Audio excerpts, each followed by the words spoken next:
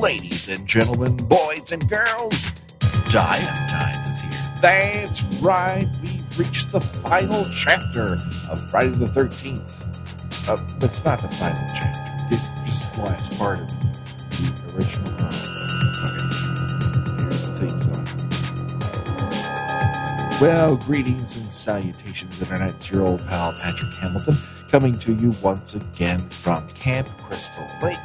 This is the Kill by Kill podcast, where we are dedicated to celebrating the least discussed component of any horror film, the characters, and we're going to unpack all of those gory details of Friday the 13th in the hopes that a counselor's untimely end is just the beginning of the jokes that we can make at their expense. And as always, there is only one person that I trust to hold my hand in the dark, dark forest and be there in the hospital when I wake up. The one, the only, Gina Radcliffe. How are you doing, Gina? I'm very well, thank you. Excellent. So we're right back into it after the biggest deaths of the entire movie.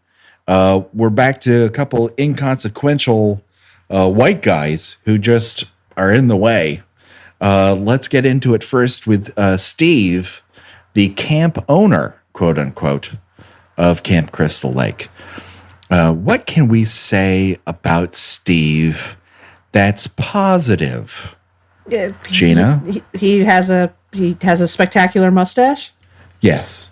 He absolutely has a spectacular mustache. That's true. It adorns his face very well. He has a face for a mustache. Doesn't look out of place. He looks a little bit like he should be, playing the keyboards for Styx. It's an interesting look for a summer camp owner. That may have been the time. I think if you took a picture of anybody around 1979, 1980, chances are they looked like they could be playing keyboards for Styx. Like, that's true. My dad looked like he could have been playing keyboard for Styx back then, so... My dad was way too square. He looked like maybe in charge of transportation or security, or he played like Five Neat Guys from SCTV. Yes, exactly.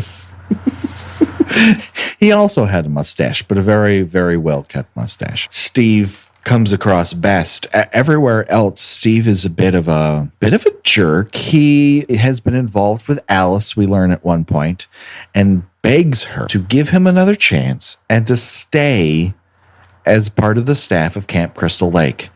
And it flashes across her face.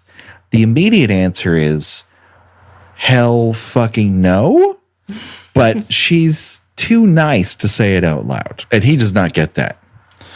The only woman who really gives him any time is the owner of the diner that he eats at for the ridiculous low price of like $1 and change.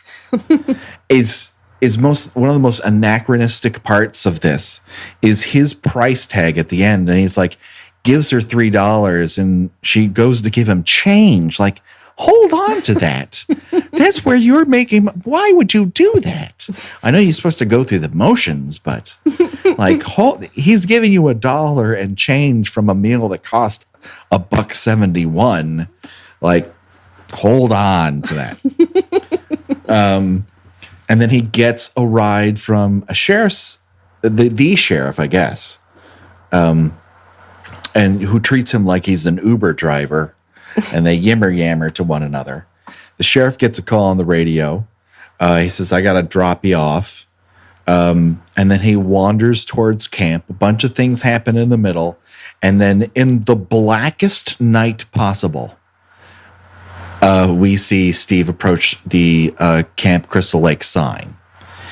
And I think how darkly this film is shot, if we could ever so briefly talk about it, is one of its great advantages. Oh yeah. I mean, it's whether they just simply didn't have it in the budget to have a lot of light, or they just thought it was to better effect. It really works because, a lot of, particularly in you could always see this in, a lot of movies that are featured in Mystery Science Theater 3000, that, a lot of a particularly egregious version of this was in Manos, The Hands of Fate, where their nighttime shots were very obviously a daytime shot, done in the daytime, but with, a barely, the barest hint of like a filter on it. Yes. So it kind of gives everything a sort of bluish cast, and it's not really fooling anybody. It's just what it says is, we only have a very limited time to shoot this footage, so we're just going to shoot day for night. But I mean, they still do that. I mean, it was very famously done recently with Mad Max Fury Road. But it worked for that because it kind of gave it a sort of otherworldly, dreamlike feeling. It wasn't, you didn't get the impression it was because, I don't think it was because George Miller only had like an hour or two to film on that particular set. So, but a lot of times it's a sign of a movie that has been done on the cheap, and Friday the 13th was done on the cheap, but instead they're like, fuck it, we'll light it with one of those garage lights that you like hook on the hood of your car, and you have to do it when you have to charge your battery at night. Yeah, it's pretty much naturalistic, which is not what Carpenter did in Halloween, and it's not what Wes Craven was doing with The Hills Have Eyes, right, leading up to this in terms of its contemporaries. Everyone else either, they use that motif of, well, the moon's out and we're getting that very deep moon glow, which will very quickly happen to this series. But what I like about it is when you see a light come through the forest, that's the only light you have. And you don't know what's around the corner. And there's something to that I think you miss when you have a giant Klieg light, floating a good, 50 feet away. You lose that sense of, I don't know, I can't see everything. And it has worked in like monster movies forever to not show you everything. Right. And I wish maybe movies would get back to that. So Steve wanders up and he gets stabbed in the stomach. He got what he really got what was coming to him. He did. And it is actually a shame that his death is kind of just sort of I would say not really off the cuff. I don't think they put a lot of thought into it. No. It was just, just make it look like, you just have an effect that, the POV is that he just walks right up, she just walks right up to him and stabs him, whatever. And it's like, well, I mean, again, the lighting gives it a very spooky effect, but it's sort of anticlimactic, I guess would be the word I'm looking for. I mean, even in the wiki, it just says killed in stomach/chest. So that well, it looks like something. People can't tell where his stomach is and where a chest is. We didn't see the knife go into his face, so we can assume it was either his stomach or his chest. Somewhere amongst the yellow slicker lies his body. We're not going to judge. Now, his chest could be very low. His stomach could be where it's supposed to be. Okay, does she refresh my memory? Does Alice is he set up for her to find with Bill and Brenda and all? I don't think he is he? No, he is not. We don't really get the cavalcade of corpses that becomes a motif later on, particularly in the next film, Part 2, where the killer gathers corpses. Surprise! Surprise! I mean, the only true gathering of corpses that I care about really is Happy Birthday to Me. Well, of course, yeah. Which that is the best. But no, we don't get a smidgen of it here. We get a taste, and later on, people go, "Oh, it would be better if we put all the bodies in one place." So. He's not amongst that. He's just left to rot and to bleed out in the middle of the forest. Unlamented. So then we have amongst that, Bill disappears to try to put the lights back on.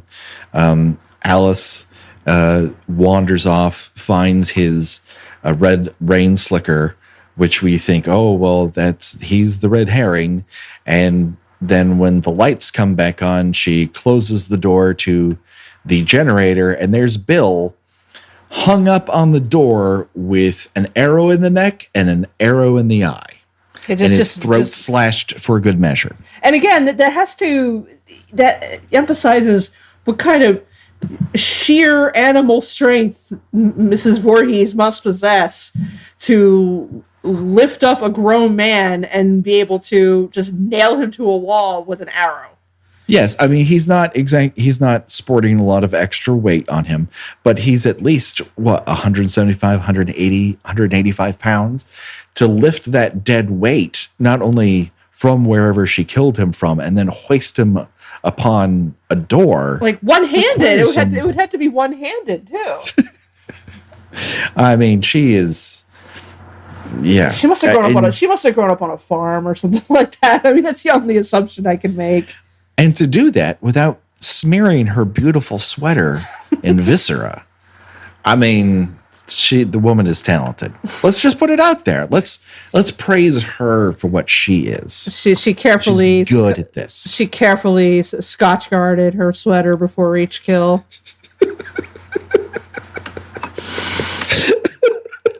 She's an older woman. She's probably a little fussy, So she sprays it down, I mean that sweater costs $40 at Montgomery Ward. She's not that'll never come out. No. And it's not like if you love that sweater, you go back next season, it's not going to be there. They're going to have different sweaters there.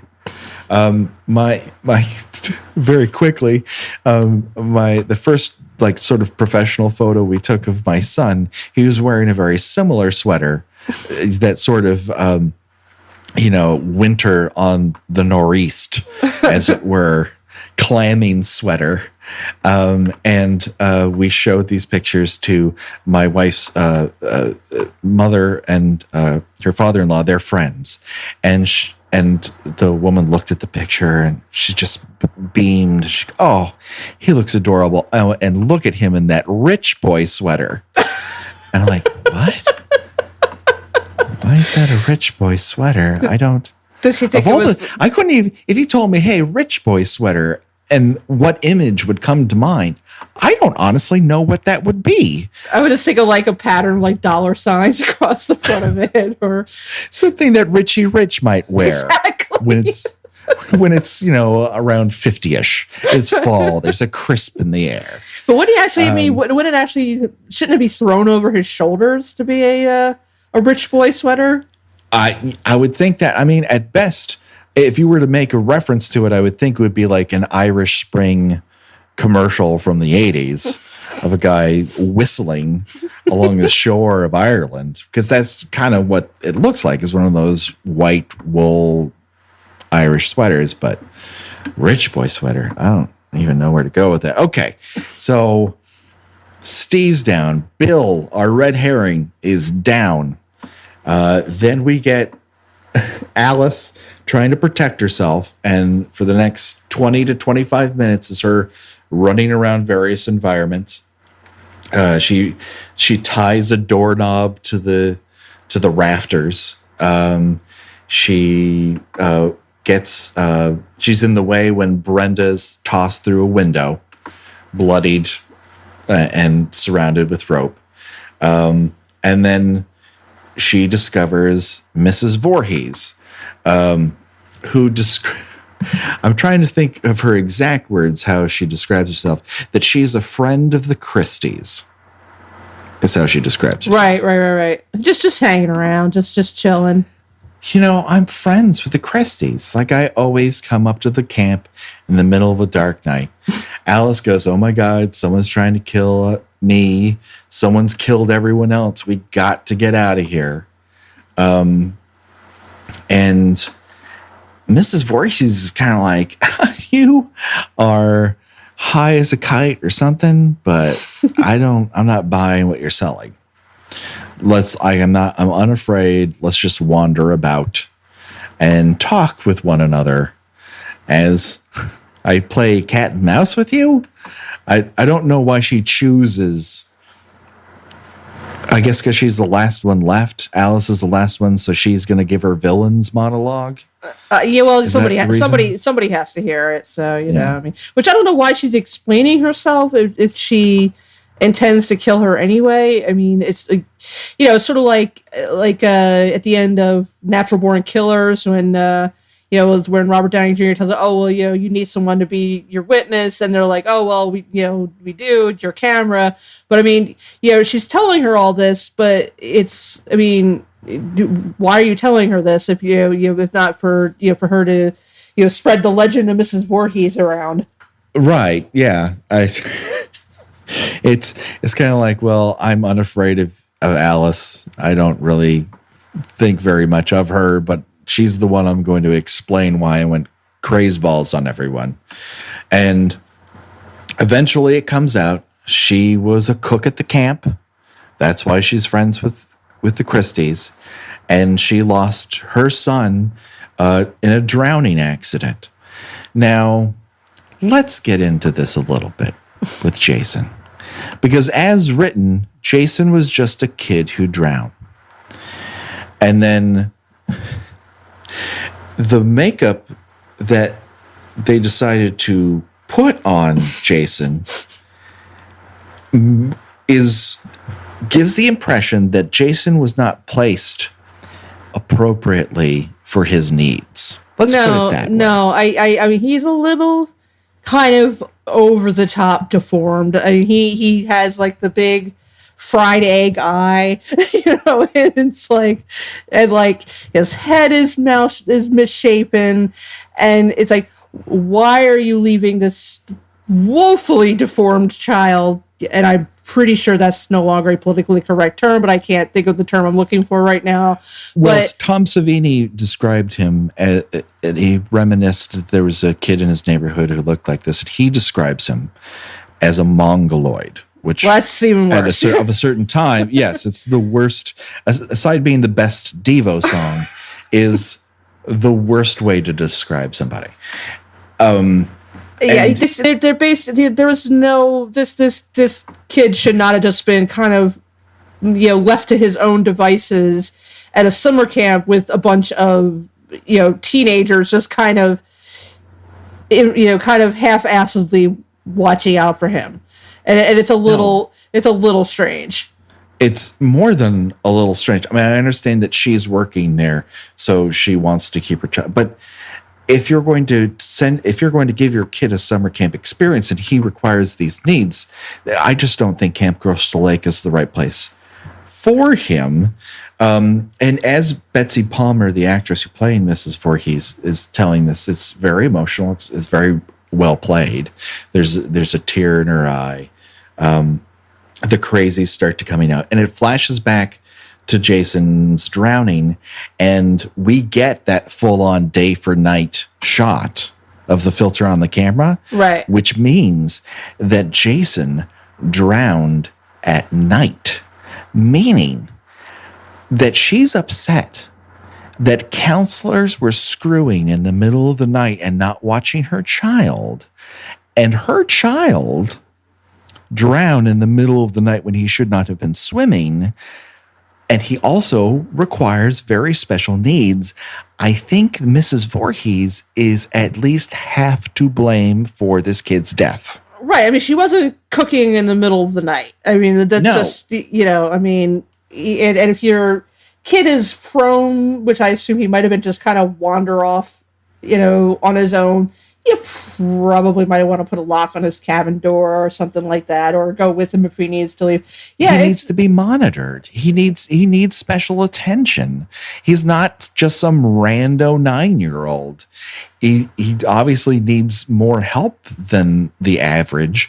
And so I think she's crazy because while they are complicit, they're not completely guilty either. Are you willing to give the script possibly more depth than it is entitled to by suggesting that she is dealing with her own resolved guilt by just kind of indiscriminately killing young people? I want to, because I think this is the best script of all of them. And there was no idea that there would be more of this. And so if they were just doing a drawing room, and then there was Nun style thriller, that this motivation is both her, that this death has unlocked the psychopath underneath, and the psychopath underneath is due to her own, inability to find a way to protect this kid. And she takes it out on other people. It just has to be what it is. And the crazy thing is that her monologue, she's thinking of a regular kid, because in the script, I say regular kid, that's horrible. But a child that does not have this crazy special needs, because that's not in the script. That's something Tom Savini just did.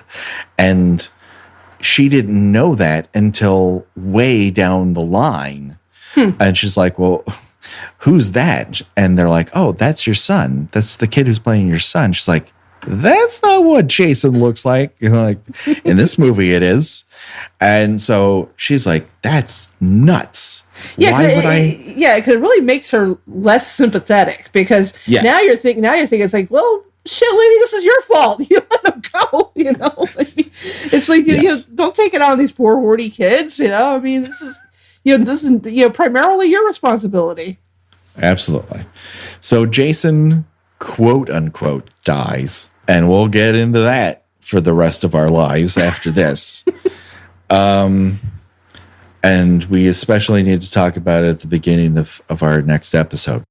It's awesome. You're going to love it. I am I'm going to give it to you. Thank you. All right. Thanks for being here. Thank you.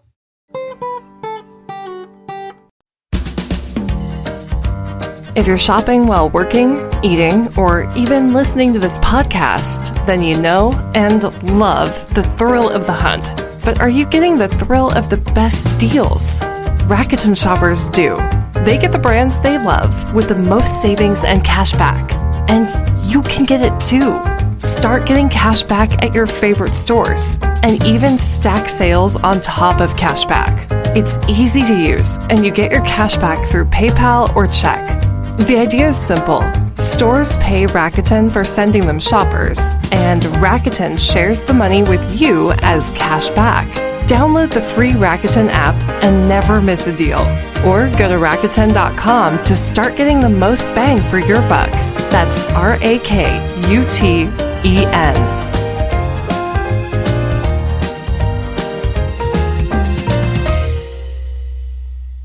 Thanks, Ashley, for being here. You are. Now we get to Mrs. Voorhees is in full-on psycho mode. She bares her smoker's teeth. They lunge, and they have this sort of rock'em sock'em robots, Star Trek Captain Kirk fight along the shore. Well, wait, you didn't. You're skipping past the whole. Are you skipping past the whole killer, mommy, killer? I am skipping past that. I reminisce. I apologize for that. Yes, we get what the of that will happen throughout as the motif is born from her killer mommy, kill her. It's another moment in the movie that should be creepy, but it's kind of more silly. I mean, even when you're like a kid when you're watching it, it's like, oh, that's kind of goofy. Yeah, at least Norman's mom only can be heard in his head. Right. You don't have him, enunciating like his mother and whatnot. This is seriously a bizarre choice. It is what it is. I don't like it. I kind of love it. It just is what it is. Otherwise, I wouldn't watch the movie as often as I have watched it. So yeah, they chase after each other. They get down by the shore, and this is where we have our final denouement of Alice. It manages to bite Mrs. Voorhees enough for her to drop the machete. They roll away from it. She runs back and picks it up and lunges at her. And Mrs. Voorhees, a woman who is strong enough to lift and toss women through windows and pin hang them in by hooks. Yeah, pin grown men to doors with arrows. And shove an arrow through the back of someone's spinal column. Just kind of does what Marcy does in our last episode. She just kind of looks like kind of shocked, like, oh, you've got the machete now. This is not how I thought this would end. She's less like a person who's about to die and more like a person who got a Postmates delivery that wasn't to her liking. Yeah, she just kind of looks more like, oh. That's happening, I guess. And then we get that. Actually, if I could stop for a second, it sort of reminds me of, I think it was the first Spider-Man, where the Green Goblin is like about to get hit with whatever the hell the flying thing was. And he was his glider. Yeah, and he's just sort of like, oh, it's just like, and it's like, well, that's a little understated of a reaction, Willem Dafoe, especially for Willem Dafoe. Willem Dafoe. Sam Raimi may be able to pull that one off, but I forgot. Steve is not left to rot in the forest. He's actually placed in Mrs. Voorhees' Jeep. Oh, okay. Oh, no, that's another body. Steve is hung from a tree. So we are getting one body after the other. They're just popping up like a surprise. You came near the tree. Here's a dead body. Like the wind moved it just enough. Because Mrs. Voorhees somehow knew that Alice was going to go past that tree. Yes. Or it's just circumstance. That's right before the kill her, mommy, kill her. And Alice runs off into the pitch black darkness, which is maybe the best shot of the entire thing. So now we get the head chopping off like William Dafoe from Spider-Man. I needed to buckle in for that one. And I love it. And she just kind of like, what? And we get that beautiful slow motion head chop of her head coming off and spinning in the opposite direction of where it's very reminiscent of the head chop in The Omen. Right. With the plate glass. But this, it does not look all that fake. It's not bad. I mean, that part is better than the bloodless neck stump. As the hands just kind of. I mean, it's kind of creepy when the hands come up and start like flailing around, but it's like that's basically painted styrofoam. I can see that. I mean, that part is a little that part is the spinning head is done way better than the body part. Yes, well, the body part is on Tom Savini's friend's shoulders. He's leaning forward, and he brings his hands up, and that's I think there's some sort of problem. Not only do you see his knuckle hair, his black Greek knuckle hair. That's how Tom Savini describes it. This is not my anti-hirsute Greek problems coming to light. And then I think there's a wedding ring that's either missing or there that shouldn't be. I can't remember which.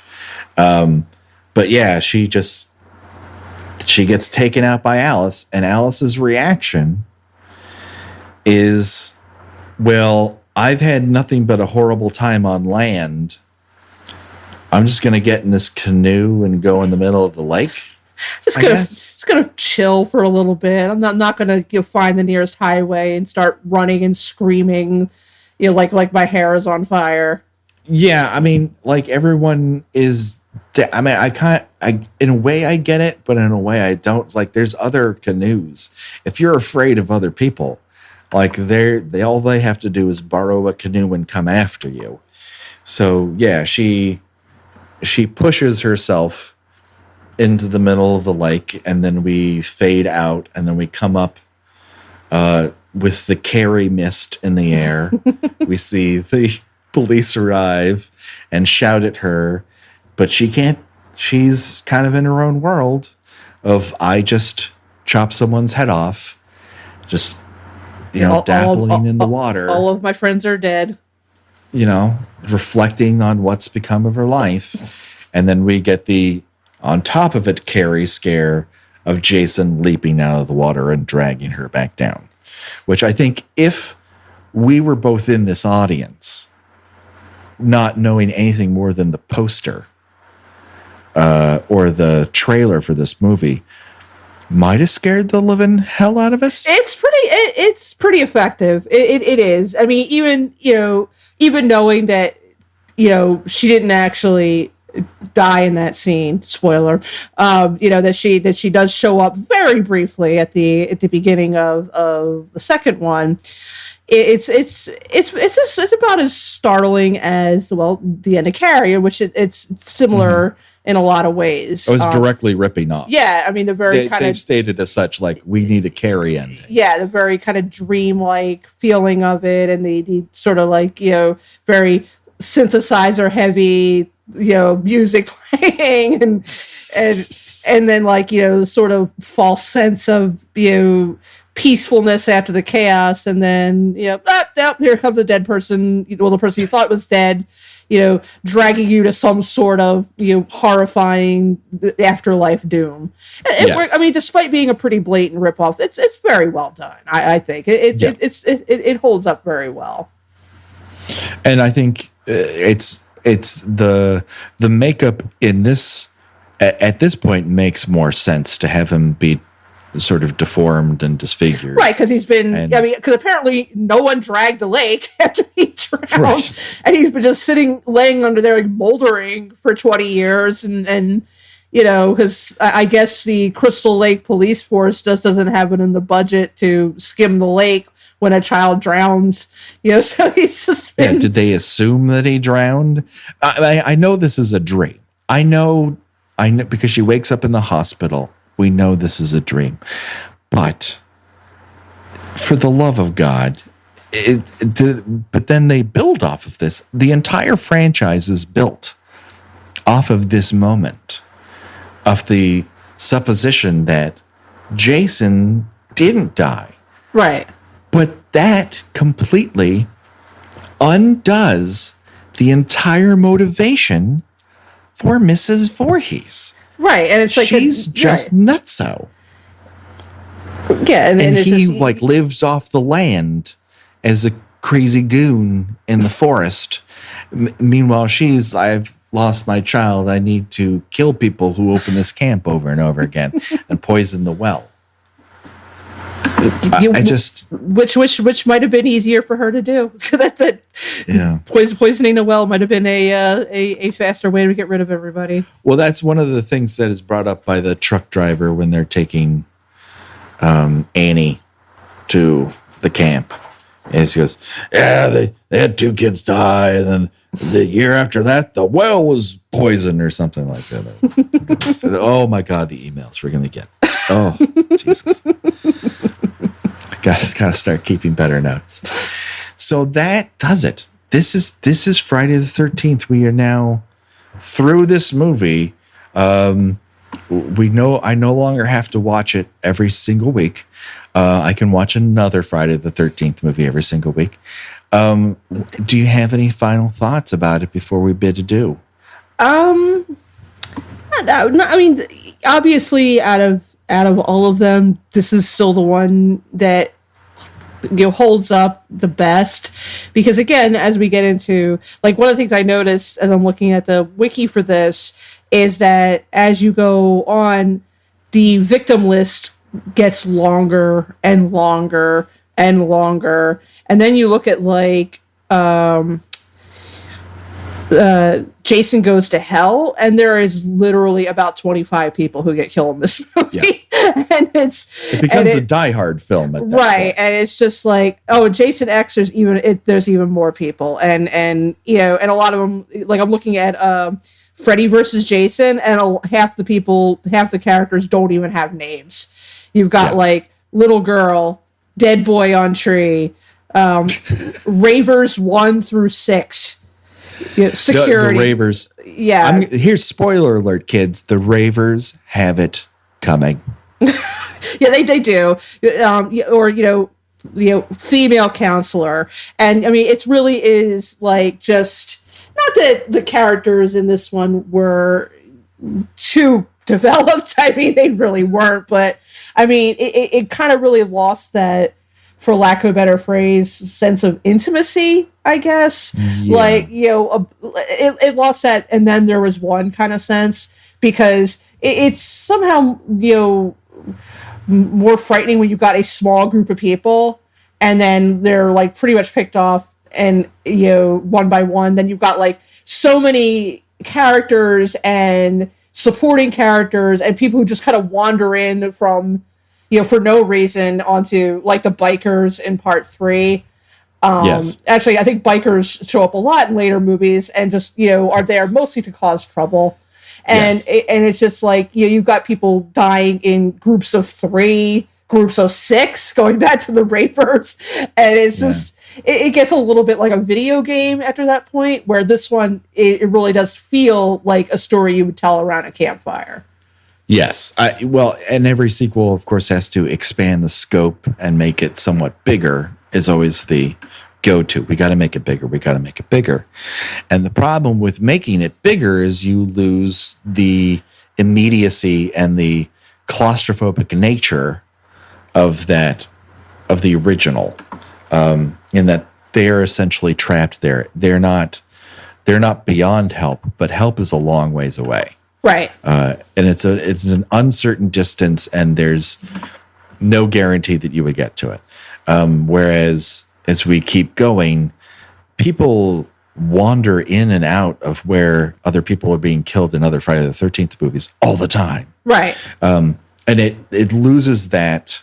They just become wheat to be chopped. They're grist for the mill, as it were.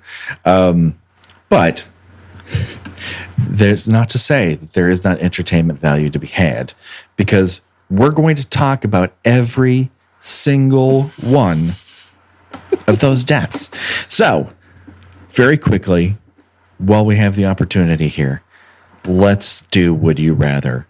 Would you rather Gina Radcliffe be stabbed in the stomach? Or chest. Or chest. either in stomach area, the sternum. Would you rather be shot in the face with arrows and have your throat slashed on top of it? Would you like to drown in the middle of the night, or be decapitated on the side of the lake?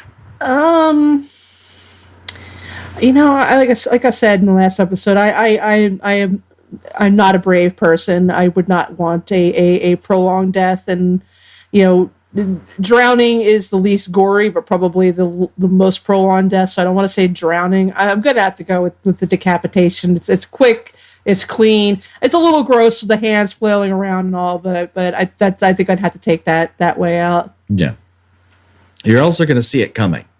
That's the other thing. That's true. That's true. I mean, I think maybe the arrow to the eye might be not as bad, because I mean, by the time you notice it, that's it. Yes. It's like, oh, there's an arrow.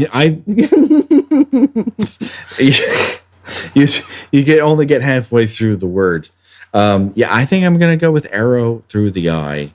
Again, anything that scrambles the brain, I think, is there, because Mrs. Voorhees' decapitation, there's blood still pumping. You're still aware of it somewhat, like the idea that the eyes are still watching her body stumble around on that beach might be too much for my delicate sensibility. So I will go with arrow through the eye to change things up. Well, this has been delightful. We've run the gamut. from mustaches to Willem Dafoe and Spider-Man. We've talked about it all.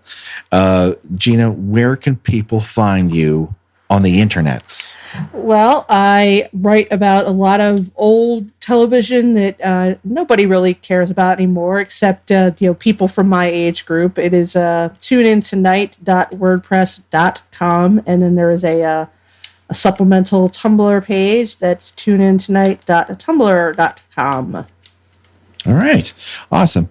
And of course, you can reach out to both of us at our Gmail, which is killbykillpod@gmail.com. We, of course, have our Tumblr.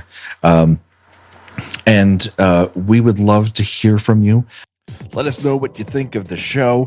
Let us know what you think of Friday the 13th, the original. What do you love about it? What do you wish you could change? Reach out to us and give us a shout out. We'd love to hear from you here at the Kill by Kill podcast. And so that just about does it. But don't worry, the body count will continue. We're going to see you in part 2. So for myself and for Gina, bye-bye, everybody.